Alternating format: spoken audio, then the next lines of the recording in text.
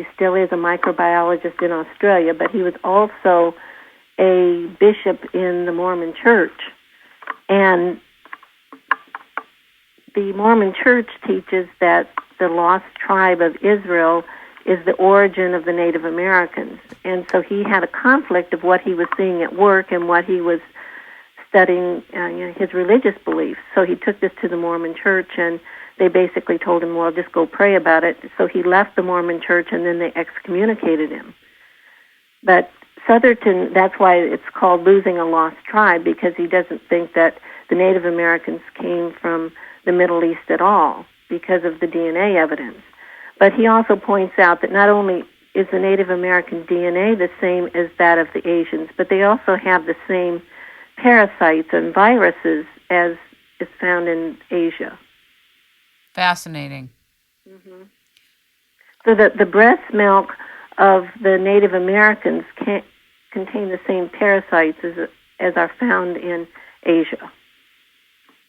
And there's some intestinal parasites that are found in Native Americans that are found only in Asians. I had no idea that in ancient times, maps were considered precious state secrets. In other words, they were very secretive about maps. People were very secretive about maps. Why? Well, because they believed they held state secrets. How would you tell a state secret, like where something is on a map? Well, for instance, we're told that the map collection that we have would have only been owned by a government person, because some of the maps in our map books tell where the water wells are, where the people would hide if the country's attacked, where the postal stations are, where the military stations are. So that type of information they wouldn't want everybody to know. Well, thank God they weren't living in today's times with people like the Google folks, because they would freak. They would freak out. I mean, you can just put someone's address on there and you'll be looking at their front door. That's correct. It's kind of spooky sometimes. Indeed. I noticed that Dr. Simone felt that dogs were brought here to America from China. Well, he said some of them. Some of them. I don't know.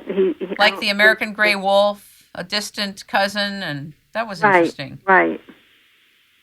The Chinese had the first mechanical clock 583 years before the Europeans. That was an amazing read, that a Buddhist monk had figured that out.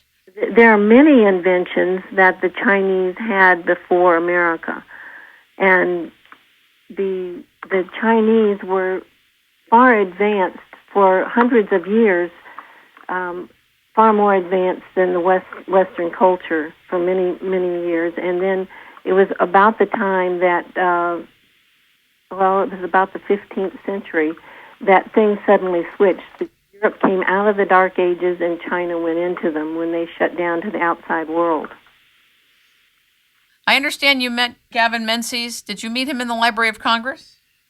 Yes, I've met him more than one time. We met after 2 years. I had read his book, 1421, and at that time I sent him an email saying, you did a wonderful job in writing this book, but I think that there's evidence that Chinese got here before 1421, even in his own book. And so I told him that we had some maps. Well, at the time he said thank you, but we didn't make contact. Well, 2 years later, he sent me an email and said, I need to see those maps. And so at that time we met in late 2000, I guess it was 2004, at the Library of Congress, and he saw the maps. And at that time he said, I don't think there's a chance in 100,000 that your father was wrong.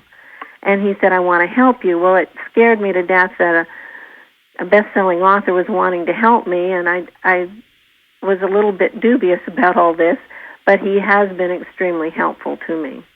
He has a great love for exploration and discovery, and he said that he's open to being wrong, and he loves it that people participate in the process. He has kind of like open source into exploration and discovery, which I find incredible.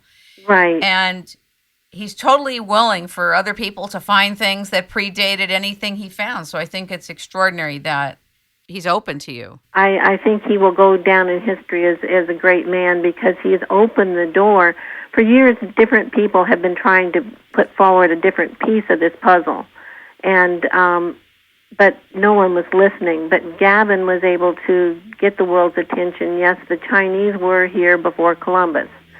And he also told us in April, my husband and I visited his home in London, visited him and his wife, and he told us then that all the money that he has made or had made up to that point from his books, he had put back into research. So I believe that he has been a great person, and he's been helpful not only to me but also to several others who are studying the subject. It's extraordinary. Confucius. You talk about Confucius. I noticed that they also spoke of rain dances. Yes. And Confucius spoke about the eastern places. What did he say? Well, Confucius talked about people coming and going from other countries across the sea. And this was 500 BC.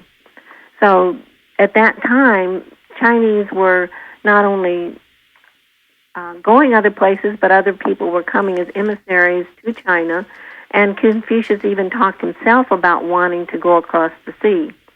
And one of the things that I mentioned in that is that the name of our map is Tian Xia, which means everything under heaven or the whole earth. And I mentioned that Confucius also mentioned Tian Xia, those exact words, and I had someone check that to make sure it was the exact words, and sure enough it is. Well, just recently a Confucian scholar contacted me, and he said, well, Confucius didn't mention this just once, but 23 times, the whole earth. And so he thought it was a great discovery that we had realized that Confucius was talking about ancient people traveling. Many of us would not think that the sea navigational ability and technology was great at that time. Apparently it was.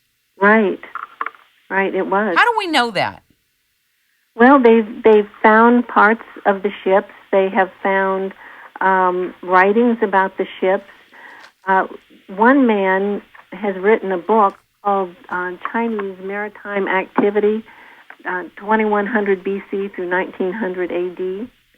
And that book lists in detail what the Chinese were doing.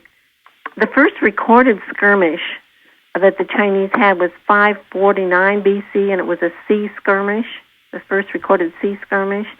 And during the Warring States period, Joseph Needham, who's considered the leading scholar on Chinese, all things Chinese, he wrote that during the Warring States period, which was from 403 through 221 BC, that the Chinese even realized about this great current in the ocean, and that they realized that it was perpetually flowing northeast. And then later they actually came up with a name for it. They called it the Wei Lu.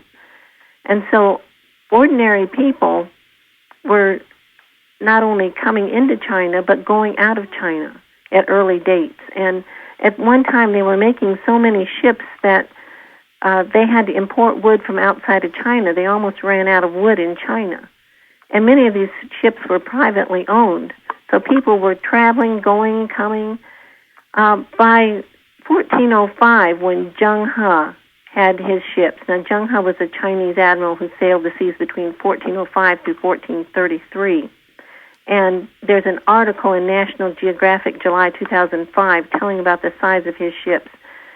His ships were larger than a football field, 400 feet long by 170 feet wide, 5-deck ships. That's like a cruise line, isn't it, or bigger? Right. I would think it would be the size of a cruise liner. You could put 10 of Columbus's largest ships into one of Zheng He's ships. And so if someone wants to see that, they can go to that July 2005 National Geographic and just see an article about the enormous size of these ships. And we know they were real because they found parts of them. Don't you think that a lot of parents are nervous to hear this kind of information because it's inconsistent with what children and young teens are being taught in school? on some levels, the parents that may not be excited about new knowledge or new discoveries, right?